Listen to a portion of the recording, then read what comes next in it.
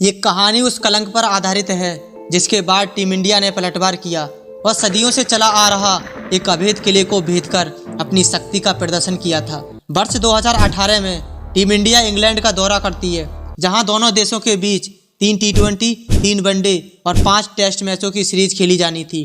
Cricket के इतिहास में भारतीय टीम के नाम एक कलंक था कि अंग्रेजों की धरती पर टीम इंडिया कभी भी T20 सीरीज नहीं जीती है। टीम इंडिया अपने इन धुरंधरों के साथ उस कलंक के अंत के लिए अब मैदान पर तैयार थी। वर्षों से चले आ रहे इस सूखे के अंत के लिए एक बार फिर से नई टीम का गठन किया जाता है। कप्तान विराट की अगुवाई में टीम इंडिया नया इतिहास रचने से मात्र कुछ कदम दूर थी। टीम इंडिया के इस दौरे की शुरुआत T20 सीरीज से होती है। दोनों देशों के बीच 3 T20 मैचों की सीरीज का आगाज होता है और सीरीज के पहले ही मुकाबले में टीम इंडिया ने इंग्लैंड को 8 विकेट से हराकर ये बता दिया कि टीम इंडिया अपनी ताकत और प्रतिभा के दम पर किसी भी मैदान पर किसी भी देश को हराने का दम रखती है। पहले मैच के हीरो राहुल और कुलदीप यादव रहे।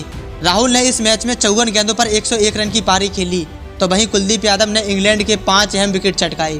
पहला मैच जीतने के बाद अब बारी थी दूसरे T20 मैच की। पहला मैच जीतकर टीम इंडिया का मनोबल बढ़ चुका था, परंतु इंग्लैंड भी इतनी आसानी से हार मानने वाली नहीं थी और हुआ भी कुछ ऐसा। इंग्लैंड ने दूसरे मैच में पलटवार किया और दूसरे मैच में पहले बैटिंग करते टीम इंडिया 20 ओवरों में मैच 148 रन ही बना पाई और इंग्लैंड ने इस मुकाबले को 5 विकेट से अपने नाम कर लिया। 3 T20 मैचों की ये सीरीज अब 1-1 से बराबर हो चुकी थी। इंग्लैंड को इंग्लैंड की धरती पर इन खतरनाक बल्लेबाजों के सामने पराजित करना कहने में तो आसान था, परंतु कर दिखाने में उतना ही मुश्किल था। परंतु ऐसे हालात में भी संपूर्ण भारत को इंतजार था अब पलटवार का।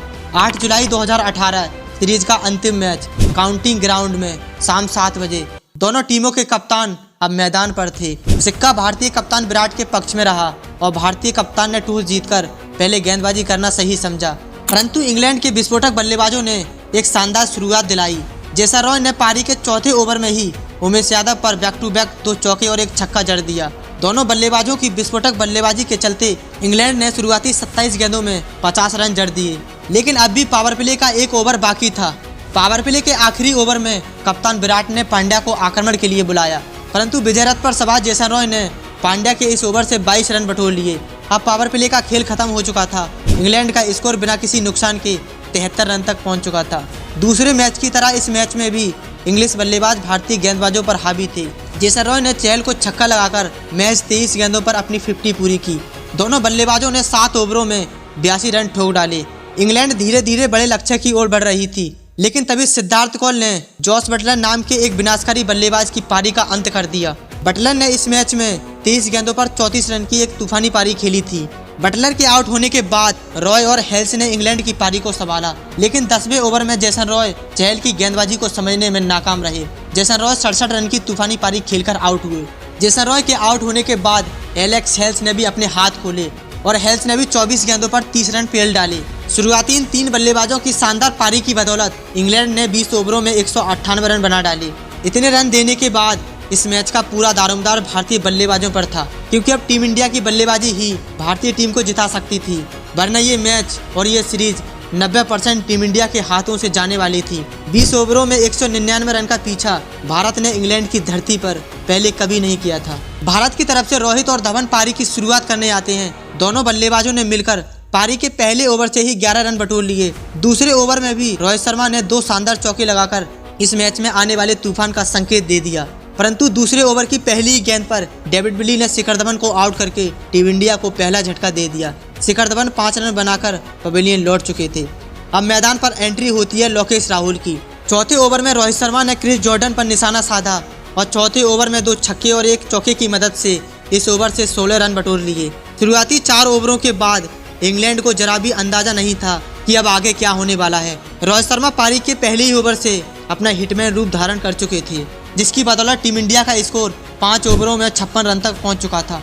छठे ओवर की पहली गेंद पर केएल राहुल ने शानदार छक्का लगाया, लेकिन दूसरी गेंद पर भी राहुल ने दोबारा बड़ा शॉट खेलने का प्रयास किया और बड़ा शॉट खेलने के चक्कर में अपना विकेट गंवा बैठे। अब मैदान पर रोहित शर्मा और विराट कोहली की जोड़ी थी। पावर प्ले का खेल खत्म हो चुका था। टीम इंडिया का स्कोर 2 विकेट पर 70 रन था। अब क्रीज पर टीम इंडिया के 2 ऐसे योद्धा थे जिनके हाथ से ये मैच ले जाना इंग्लैंड के लिए असंभव था। 8वें ओवर की दूसरी गेंद पर रोहित शर्मा ने चौका लगाकर अपनी 50 पूरी की। 8वें ओवर तक किसको पता था कि ये मैच क्रिकेट के इतिहास में हमेशा हमेशा के लिए अमर होने वाला है। 10वें ओवर तक दोनों बल्लेबाजों ने पारी को तेज और समझदारी से आगे बढ़ाया और 10वें ओवर में स्कोर 100 रन के पार पहुंचा दिया। ये दोनों बल्लेबाज समय के साथ और भी ज्यादा विस्फोटक होते जा रहे थे। 11वें ओवर में एक छक्का और एक चौके की सहायता से रोहित शर्मा ने 14 रन बटोर लिए। 12वें ओवर में राशिद का सामना विराट के रौद्र रूप से होता है और विराट ने राशिद के इस ओवर में एक शानदार छक्का लगाया। विराट भी अपने अर्धशतक के पास पहुंचने ही वाले थे, लेकिन तभी 15वें ओवर की अंतिम गेंद पर जॉर्डन ने विराट कोहली का एक शानदार कैच पकड़कर भारत को तीसरा झटका दे दिया। अब 15 ओवर का खेल खत्म हो चुका था। टीम इंडिया का स्कोर 3 विकेट पर 151 रन था। भारत को ये मैच जीतने के लिए अंतिम 5 ओवरों में 48 रन की जरूरत थी, लेकिन इंग्लैंड पर अभी भी रोहित शर्मा का रौद्र रूप जारी था। 17वें ओवर में रोहित शर्मा ने इंग्लैंड के इस तेज गेंदबाज पर बैक टू बैक 3 चौके ठोक डाले। जिस कदर रोहित शर्मा उस दिन इंग्लैंड पर कहर बरसा रहे थे, देखकर ऐसा लग रहा था कि मानो मैदान पर एक पिरले आ गई हो। 18वें ओवर में रोहित शर्मा ने पहले एक चौका लगाया, फिर अगली गेंद पर 1 रन लेकर अपनी T20 करियर की तीसरी सेंचुरी पूरी की। रोहित शर्मा किस लेवल के प्लेयर हैं उस दिन पूरी दुनिया देख रही थी। 19वें ओवर की चौथी गेंद पर हार्दिक पांड्या ने एक छक्का लगाकर इस मैच में जीत हासिल की। बरसों से चला आ रहा उस कलंक का अब अंत हो चुका था। रोहित शर्मा ने इस मैच में 56 गेंदों पर 100 रन की एक तूफानी पारी खेली थी।